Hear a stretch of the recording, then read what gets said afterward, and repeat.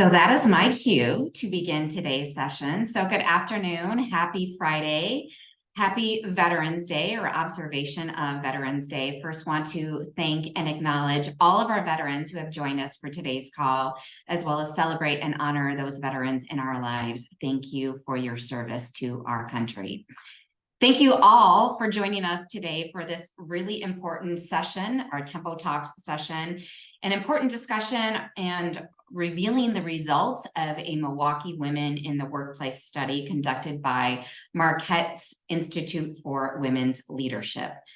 For those of you who don't know me, my name is Jen Dirks, and I'm proud to serve as Tempo's president and CEO. Welcome to all of our Tempo members with us, our emerging women leaders, and I also am aware that we have many guests with us today. So thank you all for being here. In a few minutes, I will be joined by three distinguished panelists, Krista Brookman, Jasmine Johnson, and Jenica Webster to lead us in today's session. These women represent the leadership of the Institute of Women's Leadership at Marquette, one as an executive director, one as a board chair and board member, and transparently, I also serve as a board member for this institute. So really incredible work to share and research to share with you all today. Before we dive in, and while Tempo Talks has been around for quite some time now, for many of our guests joining, this is the first time that you're joining us for today. So here's a little bit more background on these programs. These sessions are Tempo's virtual program offering. They are unique because they are always led by our very own Tempo members in a variety of different topics. This allows us to truly showcase the wide range of expertise, the breadth of our network, the strength of our network, and talents right here in our own organization. These sessions are held as webinars, so all attendees are muted and their cameras have been disabled. However, that does not mean that we don't want to hear from you. So we encourage you to interact with our speakers and our panelists today using the chat box and the Q&A function. We will enable you to have a conversation with our attendees, ask questions with our speakers, and then we will leave time at the end for Q&A to submit your questions at any point during this session. We really want to hear from you and encourage you to participate. We would not be able to bring these monthly sessions without the generous support of Associated Bank, our Tempo Talks sponsor. So joining us today to say a few words on behalf of Associated is Tiffany Ukpai, Diversity, Equity, and Inclusion Consultant at Associated Bank. So welcome, Tiffany. Hello, everyone. Thank you again for having me. Thank you for having Associated Bank. As mentioned, my name is Tiffany Ukpai, and I'm the Diversity, Equity, and Inclusion Consultant at Associated Bank. So we are definitely proud to support this event and Tempo as the organization as a whole. We are known for our strong relationship with our customers and communities we serve, and we also seek to create an environment where our colleagues, varying backgrounds, ideas, and points of view enable us to produce better outcomes for our stakeholders. We celebrate these differences among us and recognize the diverse perspectives come from many sources. Our DI efforts are strengthened by our company's DI Council and 7 colleague resource groups, including our first and 10-plus-year-old Women's Colleague Resource Group. One effort I would love to highlight is our commitment to increase representation of women within our leadership. Currently, we're striving for 35% of our senior vice president and above positions being held by women by 2025, and we're proud to share that we are working towards that and currently at 32%. So with that being said, and once again, Associated Bank is proud to sponsor and be a part of Tempo Talks and all the impact work Tempo Milwaukee is doing. Thank you. Thank you, Tiffany, and thank you, Associated Bank, for your continued commitment to Tempo and specifically as our program sponsor for Tempo Talks, and really incredible work with the 32%. So congratulations on that. As mentioned at the start of the hour, I am proud to serve on the board of Marquette's Institute for Women's Leadership for a number of reasons, but first and foremost, because its mission aligns so closely with Tempo's mission of furthering the impact of women leaders. IWL's mission is supporting and conducting cutting-edge gender research and building transformational experiences and relationships that empower and advance women's leadership. Tempo has partnered with IWL for several research projects over the last few years, including assessment of our Me Too sexual harassment survey several years ago, our DEI evaluation survey, and most recently working with IWL regarding pay equity research. So it's really incredible to have these three women representing IWL today. First, I would like to give a bio and present a little bit more about Jenica Webster. Jenica has her PhD, is a distinguished scholar serving as the director of the Institute of Women's Leadership and professor of management at Marquette. Her research centers on diversity and well-being, with a particular emphasis on exploring the unique challenges faced by women and marginalized communities in the workplace. Jenica is a Forbes contributor on issues related to DEI, and her research has been recognized and supported by the National Science Foundation. Webster is a recipient of the Fellows of the Academy of Management's Award for Responsible Research and Management and Marquette's Excellence in Diversity and Inclusion Award. She is passionate about teaching DEI to current and next generation business leaders. Jenica joined Tempo in 2023. Next is Krista Brookman. Krista Brookman is Senior Director, Diversity and Inclusion at Northwestern Mutual. After serving nearly a decade as Vice President, Learning and Advisory Services at Catalyst, the leading nonprofit organization focused on accelerating progress for women through workplace inclusion.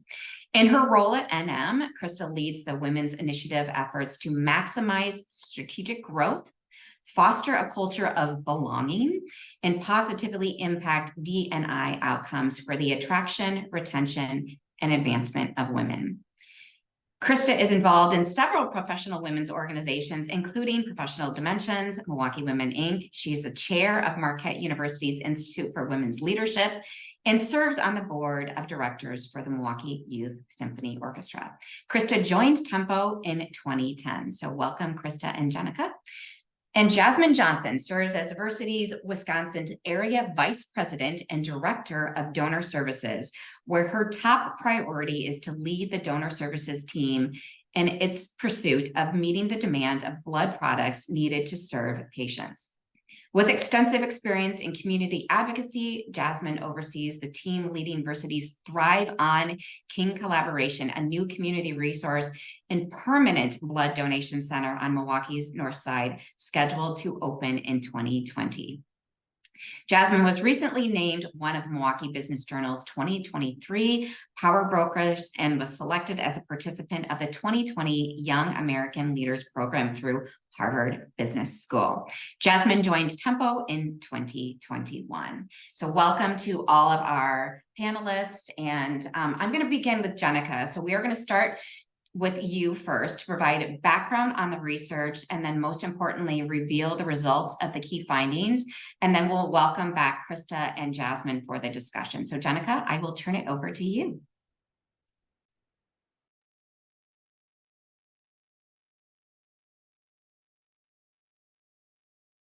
All right, well, thank you so much for that introduction, Jen. And thank you for the opportunity to share some of the results of IWL's Milwaukee Women in the Workplace study.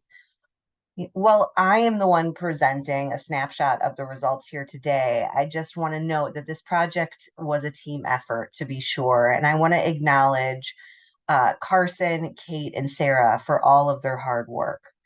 Let me also thank the many of you who have taken part in this survey. We are so grateful to have had your help and appreciate Tempo's promotion of the project. Next slide, please. So by way of background, some of you may be familiar with the national level women at work types of surveys. So for example, we have McKinsey and Lean In. They conduct a survey of working women at the national level. And these can be very helpful, but they take a broad view and are not tailored to the local level. They don't consider issues specific to our community or tell us about the issues facing women in our workplaces right here in the Milwaukee area. The issues women face in Milwaukee can in many ways be different than those faced in New York or LA. So our overarching goal was to conduct a robust study of the state of women working in the Milwaukee metropolitan area right here, right now.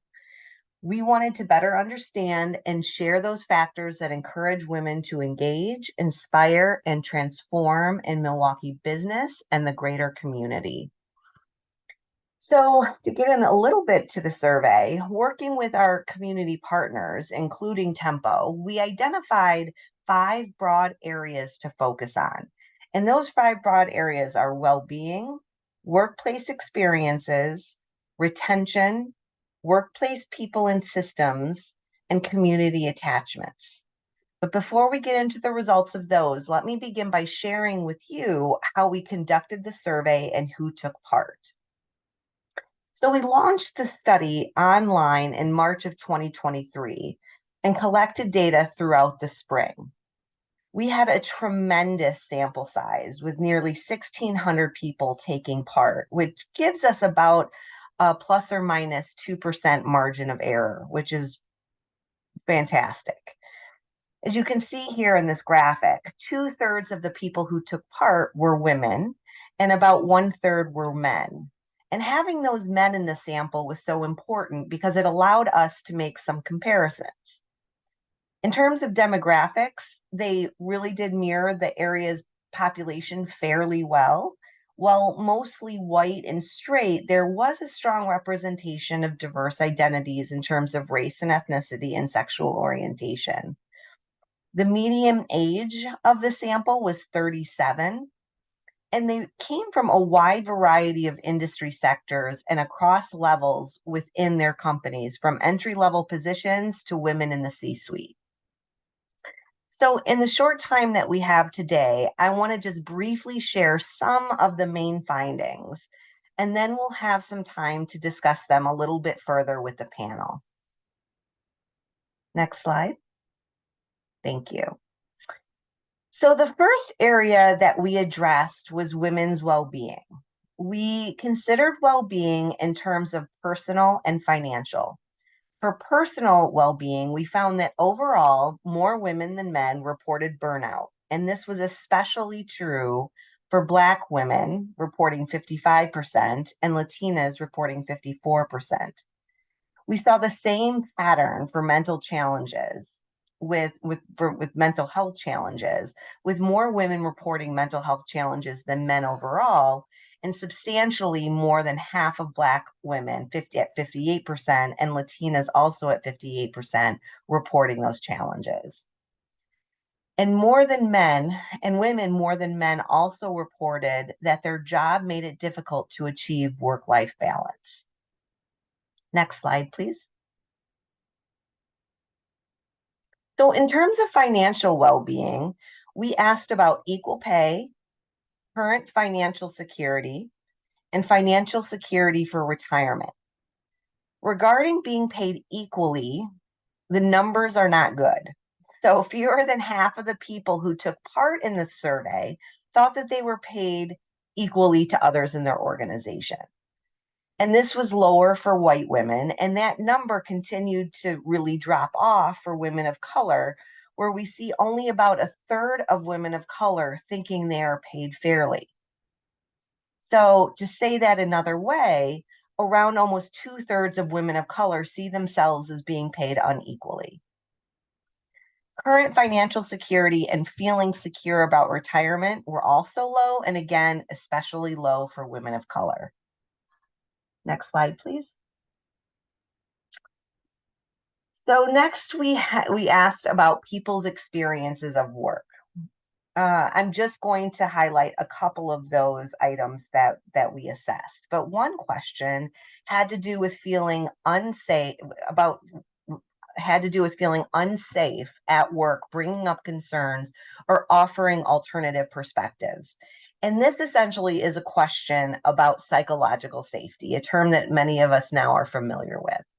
And this lack of psychological safety was a concern among women in general, and it's especially problematic for women of color. So you can see that 63% of Latinas, 57% of Asian women, 51% of Black women say that they would feel unsafe bringing up concerns or alternative perspectives at work. Along these same lines, many more women of color reported that they feel that they have to present themselves in ways that are different from who they truly authentically are. Next slide, please. So next, we examined retention and asked participants if they were currently looking for a job in a different organization. And looking for a job in a different organization is a really good predictor of who is likely to quit and go somewhere else. And what we found was just under half of all women surveyed said that they were looking for a job in a different organization, compared to only about a third of men. And that was especially high for Asian women. Next slide, please. Thank you. We also asked them the main reason why they were considering leaving their employer. And this is interesting. 21% of women told us it was because there weren't enough opportunities for advancement with their current employer. For men, however, the number one reason, almost a quarter of them said they were thinking about leaving, was because of a lack of work-life balance. Now, this seems counter to what we might expect based on how issues are often framed. So let me say that again. For women, it was the lack of advancement, and for men, it was the lack of work-life balance. Next slide, please. The fourth broad area we asked about had to do with workplace people and systems. Regarding people, we focused on determining if participants had sponsors or mentors who advocated for them, helped them advance their careers and navigate organizational politics, and provided social support when they faced upsetting or stressful experiences at work. And overall, across all three, fewer women had each of these types of relationships than men. Now, to better understand the impact of these kinds of relationships, we wanted to know how they related to looking for a new job. And what we found was that people who said that they did have a sponsor or mentor at work who advocated for them, they were 67% less likely to report that they would be looking for a new job. We also found that people who said that they did have a sponsor or mentor who helped them advance their career and navigate organizational politics were 15% less likely to report that they were looking for a new job. And people who said that they did have a sponsor or mentor they could turn to when work got upsetting or stressful were 56% less likely to report that they were looking for a new job. So what can we take from this? These kinds of relationships aren't nice to haves. They are important for so many reasons, including reducing the likelihood of a company losing its talent. Next slide, please. The other aspect of people and systems had to do with benefits and practices. So there's a lot of information on this slide, and you don't have to look at this now. But the results here are very consistent with what we've heard so far. So to call attention to just a few. For women, one of the benefits that they found most important to them was opportunities to learn and develop at 68%, followed closely by personal leave for mental health care at 66%. But I want you to notice only 59% of people knew that their company offered opportunities to learn and develop, and only 47% knew that their company made leave for mental health care available to them. So more than half of women said that these benefits were important to them, while less than half had them actually available to them. So that is quite a bit of mismatch. Next slide, please. And the fifth area we wanted to learn about was community attachments, both in terms of the community in general and with regard to professional associations and other connections to the business community. And what we found was that well over half of the women reported taking part in entertainment, sporting, and cultural activities in the community. And that number was especially high among Latinas at 80%. Similarly, more than half of women said that they had strong social ties in the community, such as friends, religious affiliations, and hobbies. And these kinds of community attachments are also important to our region. Those who reported that they have these kinds of attachments in the community were more than twice as likely to recommend Metro Milwaukee as a place to work and a place to live. So people who were actually engaged in these community in these social ties and these community engagements, if they were engaged, they were much more likely to recommend Metro Milwaukee as a place to live and work. Next slide, please. We also drilled into community attachment that comes from being a member of a professional organization such as Tempo. Here we asked about their memberships and affiliations, and also how important each was to helping them feel embedded in the Milwaukee community. So as you can see, about 40% of people were members of a women's professional association.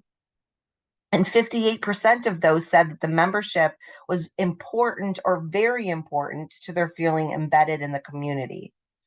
43% of people were members of other local professional associations, not specifically focused on women.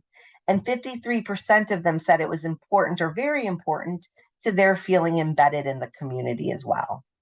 So a fair number of women also reported serving on nonprofit, corporate, and academic boards that also help them feel embedded in the community. So overall, then, engaging in entertainment, sports, etc., having strong social ties, and being a member of a women's professional association all help women feel embedded in the community. And this embeddedness is important to their considering the Milwaukee area is a great place to live and a great place to work.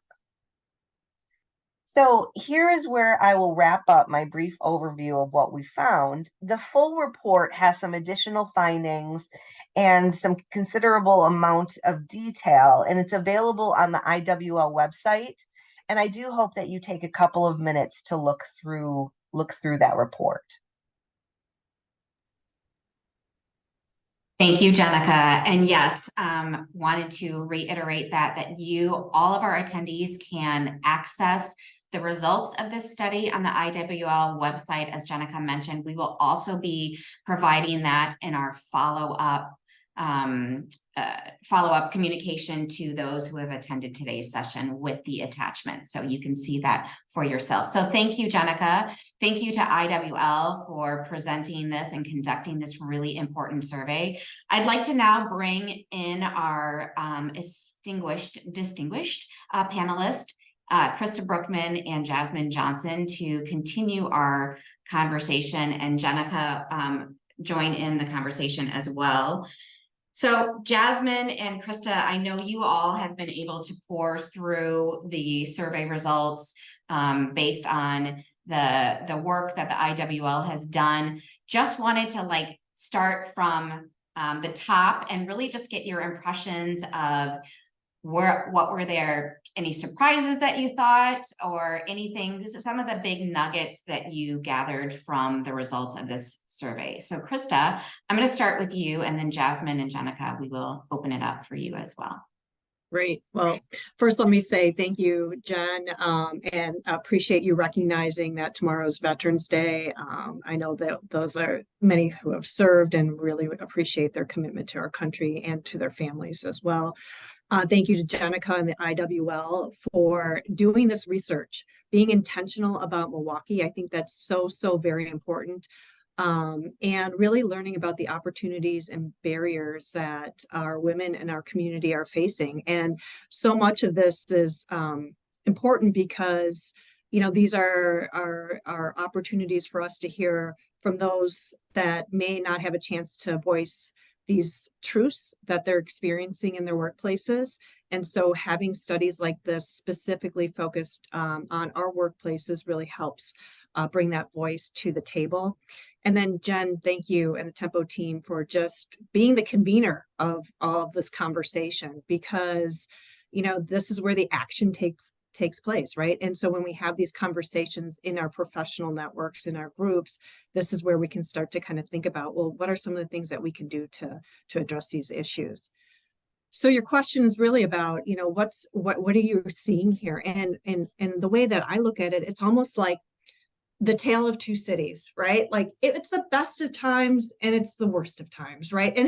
And I guess like I look at it like from that perspective, because the story here is both very, very encouraging and very frustrating at the same time. Because if we did this study, let's just say 10 years ago or even 5 years ago, the results may have be vastly different than some of the things that we're seeing right now. And that gives me a little bit of encouragement because there has been progress, right? We know, in national studies show that, there's almost 8% of the CEOs of the Fortune 500 are women, and that means 91% are men, which isn't great, but there's been progress over the years.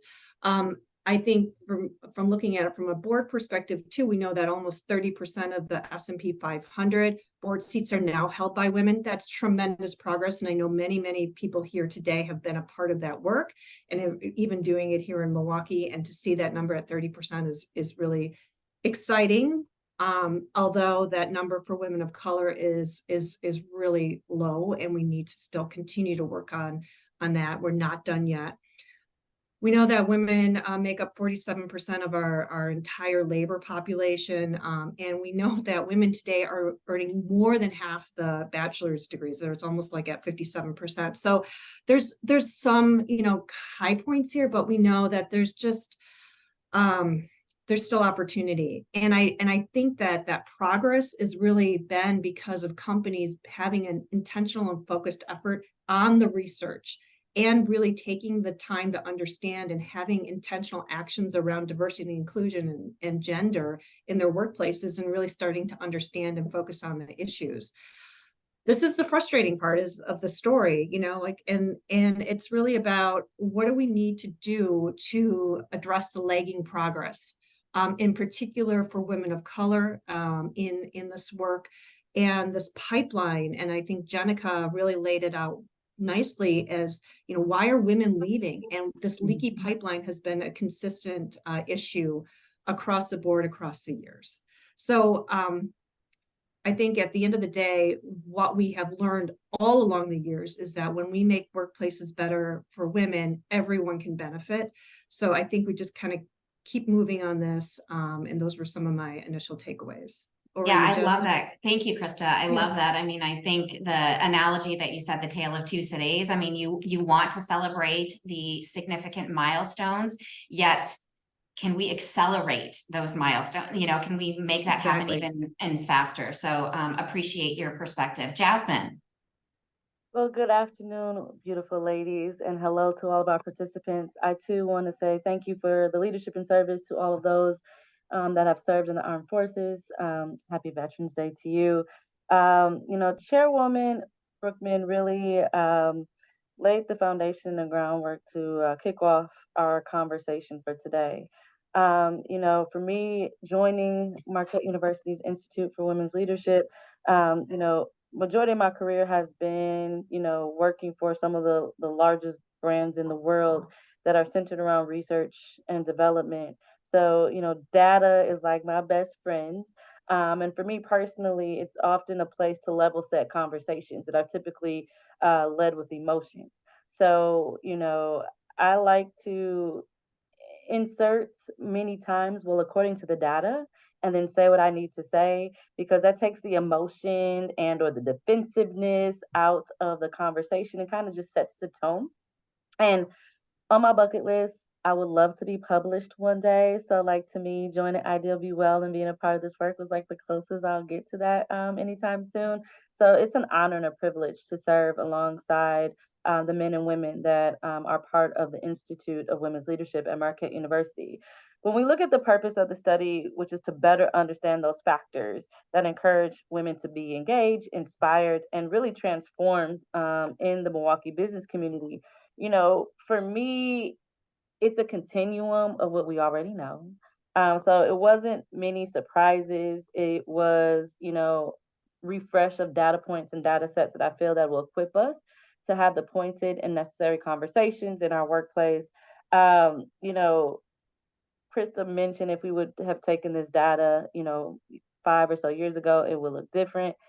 I would say probably not. From a standpoint, like when I look at the data from the region of choice, and when we look at the NPS scores of who would want to recommend my place to work and the city to live, it's pretty much the same. I do think, where I would agree with that comment is that IWL was very, I think, very intentional in ensuring that the participants, weren't just Black and brown, that we also had some, Native American and other women of color, individuals of color from a cultural ethnic perspective participate. So to me, to insert additional voices to maybe validate, but I do recall Corey Joe Biddle about a year and a half ago in the Tempo offices brought a clipping of a newspaper article where her and I, when we were students, fourth grade students, so this was 89, 90, at Golda Meir School for the Gifted and Talented, we were on the cover with two additional students from Golda Meir, where the journal was launching a 1-year publication where they were going to feature stories around race relations. So me being in fourth grade, we talk about the Tale of Two Cities, that has been around for quite some time. And, for me, it is, yes, there's progress, but it is not exponential. It is steady progress nonetheless. But when we're still talking about 8%, we're not even made it to double digits. But for me, what I feel in the marketplace that I've never felt before through organizations like Tempo, IWL, is that willingness to Yeah. advance the conversation. I've been in many rooms and spaces that it talks about advancing women and women broad brush. And then I've Yeah. had, women that don't look like me be like, well, as soon as I get there, then I'll bring you along. But to have allies and accomplices like Krista and like Jen and Jenica who continue to still insert women and women of color in their conversations, for me, that is the progress. To Yeah. have individuals who are okay and walking in their boldness and leveraging the platforms or being in rooms and spaces that I may not be in, to still know without a doubt that I am also being advanced, and not just women broad brush, but adding the elements where the true disparity does exist. That is what the real progress. So I'm eternally grateful for you all and the many others that are advancing the conversation in a different way and not just settling on women, and making for sure that we're raising all of the tides. Yeah. Yeah, perfect. Thank you so much. And I appreciate that this is a space to have that conversation. We want to continue this conversation. So again, thank you, Jenica. Thank you to IWL for conducting such an important survey. Jenica, what about you? Any key takeaways or any overarching before we dive a little bit deeper into the 5 areas that you mentioned? Yeah, well, first I could respond to Jasmine. I think I do have a couple of takeaways that I'll go back to first though. And there were a couple of things that did stand out that actually were a little bit counterintuitive to me when I saw the data, and I was a little surprised. So the first is that 48% number. I was a little surprised by that. I mean, think about it. Nearly half of the women in our region are walking around looking for a new job. And the fact is, nearly a quarter of those are looking for advancement opportunities. And that suggests to me that some of these are the most ambitious and talented women that are planning to leave. And if I were a leader, a business organization, that would surely give me pause, because the lack of advancement opportunities is the broken rung in the ladder. We talk about the broken rung all the time. And that's the limiting women's career progression. That's exactly what that is. The second takeaway was for men. So there are several social and cultural trends that underlie their concerns for work-life balance. But regardless of whether it's a matter of choice or just the practical realities of needing to juggle work and non-work demands, it has become an important issue for men. And why is this important? Why is it important for us to see a statistic that says that the number one reason that men are thinking of leaving are because of work-life balance issues? It's because for so long we have treated work-life balance as only a women's concern, which is in many ways limited progress on approaches to improving it. And it's a women's problem kind of thinking has been used to limit women's career progress as well, and has actually become a stereotype. So these arguments just no longer hold up when women are leaving because of a lack of advancement opportunities and men are leaving because of work-life balance issues. We're turning these arguments upside down, and I think that can bring some real progress to show that it's not just women who are in need of these work-life balance accommodations. So those were, in terms of the data points, those were interesting to me. Yeah, perfect. So let's dive a little bit deeper. I just want to remind those on the call today of the 5 main factors that were really, really highlighted. And Jenica did the work in terms of highlighting the purpose and encourage women to engage, inspire, and transform in the Milwaukee community through 5 areas: personal and financial well-being, workplace experiences, retention, which we just talked a lot about, Jenica, and we'll dive a bit deeper into that, workplace people and systems, and then finally, community attachments.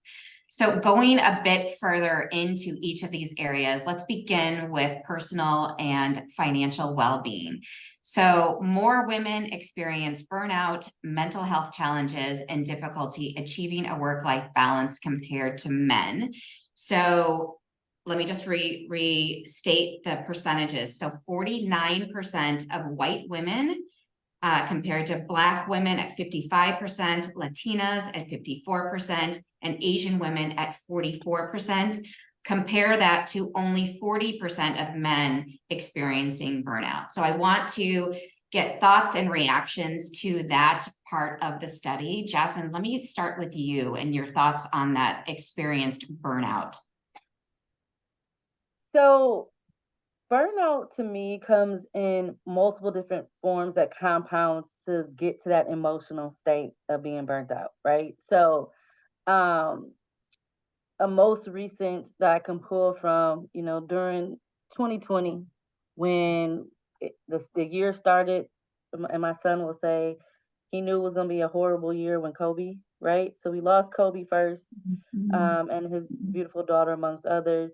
Then we led into Ahmaud Arbery, Breonna Taylor. We started, people was coughing, feeling sick. We didn't know what was going on, which led into, COVID-19 and, the horrific murder when we all were, that we witness live really on global television of George Floyd. So we still, all of us had to still sign on and be present and be from a performance standpoint for our professional roles. And it was at that time that I was, personally restoring historic homes. So I was living with my grandparents. So therefore my son was with his great grandparents and the elderly that was being impacted, in addition to people of color. Like, we personally lost over 40 people in 18 months, right? So that burnout, because then now all my peers want to have these courageous conversations. They don't really want to talk before all of that. And while at the same time, it was humbling that they found me as a safe space. It was times that I mentally could not, I just couldn't, because I too was trying to process all of the things, I can't say goodbye to a family member. Their hand is being held with a stranger in that hospital room.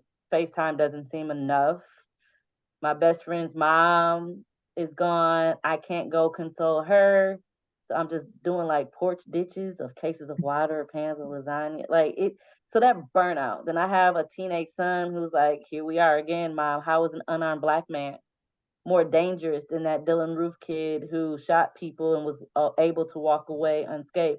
So and then still to show up on the screen to work, to do my job. That mental and emotional burnout compounded. And so I had to be courageous and, tell a coworker, I appreciate your willingness to want to connect on this, but today I can't. And versus like still trying to stretch myself beyond to a place that I could give. But then also being expected. And I think this was even before 2020. When you're in the most segregated city, one of the most segregated cities, and we've grown up for those that are Milwaukee natives, like I've been expected to explain everyone's Black experience to them. Like I cannot speak for every African American person, woman, and but there is that expectation when people that don't look like you don't interact in their other spheres of influence, or their neighbors don't look like you, that you're it for them, you're the experience. And so that also aids into an element of burnout when you walk into a room and you know that you're probably it for most of these folks, so I have to show up and be right and carry that banner to represent women of color, Black women specifically, people who found themselves as an only parent and navigating all of those things. So to me, like from a burnout perspective, and when the data through this report really, aided and put numerical values around the things that people are experiencing. But I do think like everyone's level of getting to that point of burnout is different. Some folks have been able to step away and navigate, more consistently, but there's a few of us that just keep burning both ends of the candle until there's nothing Yeah. left. Yeah. And that's something that I've been personally working on, is paying more attention to myself to alleviate that burnout, and being more mindful and taking those pauses and being okay with that and not feeling Yeah. the guilt that would have come from before that. Yeah. And I hate to say this, but I don't know that I was surprised by the large percentages of the burnout that this survey revealed. But thank you, Jasmine, for those comments for sure. Krista, your thoughts? Yeah, I mean, Jasmine, just the tremendous amount of pain at that time, and the after effects is just, it's so hard to hear, but understand that that's what everyone's going through, and particularly women of color. So thank you so much for sharing that. As we move to, where we are today, we know that burnout still exists. And what does it look like? So I mean, I was really interested, in these findings, because I was like, what is the definition of burnout, right? Like, is it just stress, or because like we feel stress every single day, right? Like, so am I at a level of burnout? And what I realized is that I'm always going to be experiencing stress in some kind of way. It doesn't even matter if I lodge myself in some beautiful island somewhere, there's going to be stress there because I'm going to be afraid that there's going to be some kind of dramatic storm or whatever. But the reality is that burnout has a clear definition beyond it's really about prolonged stress. And the things that Jasmine described in what she was going through is those are those compound, and that's where she's used stress that happens over and over and over again, that doesn't go away, and it's heavy, and it's weighs, and it doesn't leave you. And what does it look like in the workplace, right? So as we kind of think about shifting to this workplace of what is burnout, I mean, we've seen it, right? Like it looks like you might feel disengaged, or you might feel ineffective, or sometimes even very cynical about, your work environment or some of the people that you're working with. Or more overt signs might be you might be very irritable, or you might have some sadness and decreased motivation. I mean, those are all in signs and clear signals that burnout is kind of creeping into you, and you have to take notice of that. And I think it's the responsibility of employers to understand their people. And so it starts with your people leaders of really recognizing and how to kind of create a better work environment so burnout doesn't happen in the workplace. That means, setting clear expectations, helping people with role clarity. There's some, I've been working for so long, and one of the biggest stressors in the workplace is who's doing what when, and not crisscrossing lines and remembering swim lanes. But that starts with role clarity and role modeling healthy behavior. That means, when you're leaving to go to your kids' games or concerts or taking personal time to do yoga, you let your team know this, right? And know that it's okay to do these things because they're part of your wellness and part of how you are going to be able to kind of cope with all of the stress that we deal with in our lives and be a real true partner. I think also organizations need to be very intentional about burnout, in meaning that they have to do their work around creating inclusive cultures and behaviors, right? And making sure that their managers are role modeling those. That means being able to be empathetic and listen and approach things with curiosity. Don't over glorify hard work and overwork. I mean, so that was kind of that mindset. And in fact, I'm a Gen Xer. I grew up in a workplace where it was like, well, you come in on Saturdays and they give you donuts. But gosh, great for you for coming in on Saturday and work until 8 o'clock at night. And that was all glorified. And that's not okay. That's not healthy, right? And the self-sacrifice. And so that's a mindset, and it's a change in our workplaces that I think is happening. So I think, those are some of the things that I, when we talk about burnout, I kind of comes to my mind, but, Yeah, thank you, Krista. And I also share with you that I'm grateful for the evidence that I do see of companies that are embracing that we do need to have processes in place. We do need to have best practices to really have a healthy workforce and a workplace. So, and preventing burnout. So yes, I appreciate that. And I'm cautiously optimistic that those are great evidence of more and more companies that are showcasing that. Jenica, any thoughts on that?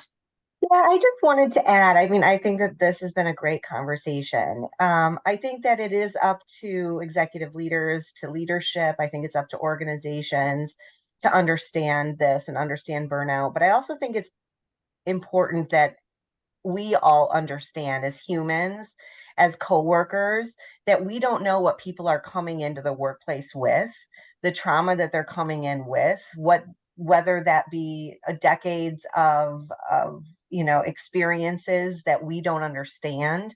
And they may be seeing their reality through a particular lens that we don't understand that lens.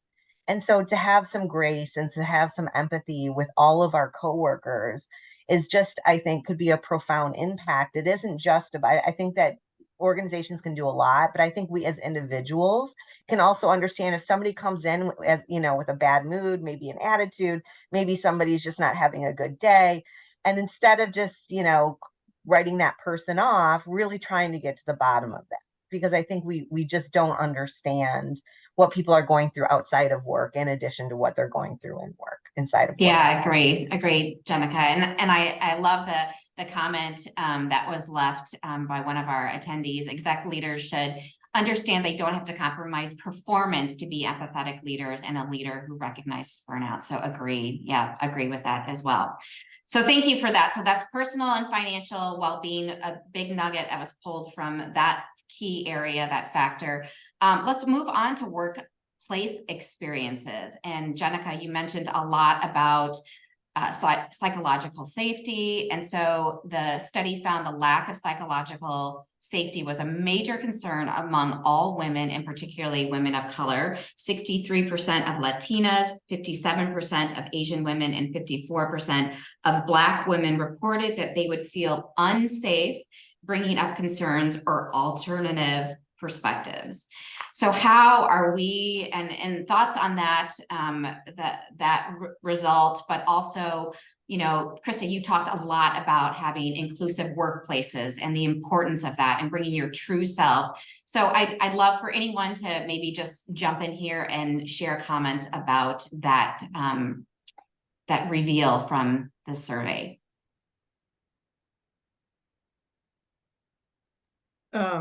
So, I love this quote, about trust.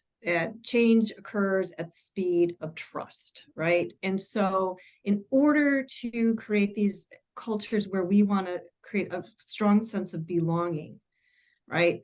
I think it starts with, what are we doing to cultivate a culture of trust? And when we do that, we can help see and help propel women's careers in new ways. And that means exactly what we were talking about earlier, approaching things with a curiosity. And Jenica, I love what you said, right? Being curious, taking time to understand, stop with the assumptions, right? You know, these are these inclusive behaviors that we work so hard to practice. And creating psychological safety means also being aware of how you're showing up as a leader, and maybe auto-correcting some of those previous ways that you might be doing things, like, and we see this all the time, and especially in the corporate environment. And I think that the microaggressions are a really important part of psychological safety too, because it's like death by 1,000 paper cuts, right? And so you can't feel whole, you can't feel authentic when you continue to be kind of knocked down. And that means, and that's things, little things, or that are big things, like being talked over in a meeting, constantly being interrupted, and then and those are the smaller things, but lead to even bigger things that we've seen that are really difficult things to navigate in the workplace. But I think that, this idea of trust is super important in psychological safety. How do you build that? You take the time to get to know each other. You listen, you ask the questions. You are making sure that women are seen, valued, and heard. And that means, doing those hard things that may not be comfortable to you, but I think are important for people to feel that they are safe in your workplace. Thank you for that, Krista. Yep, go ahead, Jasmine. I was going to just add quickly, the psychological things that also come with sometimes being different or being the only one. So sometimes it's not even necessarily something that someone does or says. It's just the sheer optics of the level of being uncomfortable of speaking up and inserting your perspective when you're right? Because you're already standing out. And so for me, like when you look at my headshot, right? I literally got my hair straightened every single week before COVID for over a decade, because I just want to come in to the meeting and do what's on the agenda. But when the majority of the meeting is taken to talk about my curly hair, but as long as I came into meetings where I looked like everyone else, we could actually do the job. We could talk about business and we can execute. But the moment I came in looking different or having curly hair or, the big hair, we wasting time of doing what we came to do. And I'm here to do my job, right? And so those psychological things, and there is risk. Like, I know I'm known as the rebel rouser, and I'm going to ask the question. I'm going to. And sometimes I'll be sitting there like, shut up, don't say nothing. I'll be sitting on my hands to like not hit that raise the hand in the virtual settings. But that's how I sleep most nights, is I'm going to have to be my true authentic self, and I'm going to have to call the question. And I know it's come at a cost. I know that there are organizations who look at me as a risk because and instead of looking at it as she's here to sharpen, to stretch us and make us better, like, I know that I've capped at a certain level of a leadership aspect here for a variety of different reasons, but that is one of them, because there is a risk that also, and everybody can't take the same level of risk. People have responsibilities. They depend on, and I still do, let's be clear. That's why I'm on PTO today. So if you email me, I'm off just because, in case, right? Jasmine Johnson is speaking as Jasmine Johnson today. He's on my off time. Understanding like everyone's level of risk tolerance is different. And while I still do need my direct deposit to take care of my son, there are things that I can't sit and allow something to be said or not asked and answered appropriately, just for my own personal sanity of who I am and to deal with my internal self. Like, I will be wrestling for weeks on end if I am in those cases. I didn't just be who I am. And I think some people already know, like, yeah, she gonna ask the question. But then my ask is empower yourself too. Don't allow me to be out there on an island by myself. At least co-sign and come in with another data point. Because those that do take the risk are often encouraged to do and take the risk and ask the question, but left hanging alone as well. I love all of that.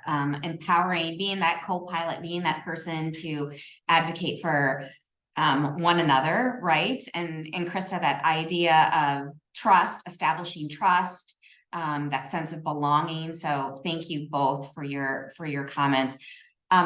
We knew that this was going to be the case. We could sit here and talk, but the time is going by so quickly. So we did focus a bit on retention. I know, Jenica, you had talked specifically about some of those larger key takeaways from the study. It seemed to validate what we've continued to hear, that regarding the retention, that women were looking for other opportunities, looking for a different job. It's the same kind of information that we heard from the post-pandemic studies, that, or even during studies, women were the largest group that had that mass exodus of leaving the corporate world. So the results of your study, the IWL surveys, definitely supported that trend as well.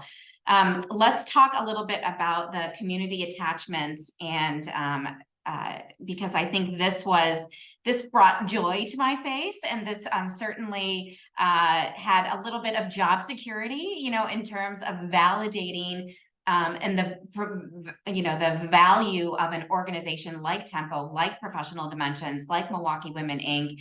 So I'd love to end on kind of a member experience from each of you as Tempo members, what value Tempo has brought to you or the other organizations that you're a part of, because this study really validated the fact that professional women's groups does help to feel that sense of empowerment and advocacy in our community. So who would love to start? Well, I'll go ahead and start. Yeah, go ahead, Jasmine, please. Room for Dr. Webster and Chairwoman Brookman. For me, it is the membership organizations that I'm a part of, which I feel like I'm part of everyone, offer me different things, different member experience, different spaces. But Tempo specifically, it's the conversations that are allowed in the space that we're having that is forever enriching to me. It is those spaces where I first experienced an ally, more so an accomplice, where a woman that didn't look like me spoke up before I had to for women that looked like me. And that is something that is invaluable. You cannot put that on there when someone that doesn't look like you advocates for people that look like you. And that has been my Tempo experience. So thank you for allowing that room and that space that had never been experienced prior to me being around and a part and a member of Tempo Milwaukee. Thank you, Jasmine. Yes, to all of that, Jasmine. It's so true, right? Like, the mentoring, and I know that was an important part of the study too. And I will say that all of the groups that I belong to, particularly Tempo, PD, MWI, all of them have been such wonderful places to connect to the community, to know people. Small Milwaukee is alive and well, as we know, all of us. And that is a place, and there's so many enriching moments from the mentors that I have been able to be a part, that have been a part of my life. And I'm forever grateful to all of them and the many more that hopefully will continue to come. But that's been the richness of these communities. And I continue to still want to contribute in new ways. And I know we're at time, so I'm going to stop talking. Thank you, Krista. I just want to say, as a new member, as somebody who hasn't been with Tempo as long as these wonderful ladies, for me personally, I might not be in the business world the same way that many of you are, but I'm a woman in the workplace, and Tempo has allowed me to, and has helped me to build bonds, learn from others, and be inspired by other women. And there just isn't anything better. I just feel like it's expanded my identity of what my professional identity is. And so I can't thank you enough for providing that as an opportunity. So thank you. Well, thank you. Thank you all. Thank you. Special shout out. I know we have members of Professional Dimensions and Milwaukee Women Inc. also on the call today. So thank you. Thank you for a wonderful collaboration. Thank you, Jenica, for this incredible research. Thank you to IWL for conducting this research. As I mentioned, we will send the full report out to all of those attendees on today's call, as well as you're able to download it off of IWL's website. So really, really important research. Let's do it again this year, next year, and continue to see furthering the impact of what this study can mean for women in this community. Krista Brookman, thank you so much for your time. Jasmine Johnson, thank you for spending your PTO with us today. We are so grateful. So thank you all. Just a couple of reminders and events to bring up for Tempo before we leave tonight. Just a couple of dates to put in front of you. So our Emerging Women Leaders November program, one not to miss, next Tuesday, all are welcome. Squad goals, we will be hosting it at the beautiful new Right Height headquarters. So please join us from 4 until 6. Women's Affinity Alliance, we have a really incredible program hosted by EY. It's the second session of their popular Power Up. And then our Tempo Real Talks, this will be a collaboration with Milwaukee Film focused on equity and belonging. So join us on December 7th for that. And in addition, for all of our Tempo members and our Emerging Women Leaders, we have our festive holiday party on December 14th. So please register for that on our website. Any of these can be found on the TempoMilwaukee.org website. Thank you all for being with us today. Please watch for the follow-up survey, as well as the attachment of the results of this survey from the IWL conducted. Again, thank you all so much. Thank you to our veterans for serving our country, and have a wonderful weekend. Thank you all.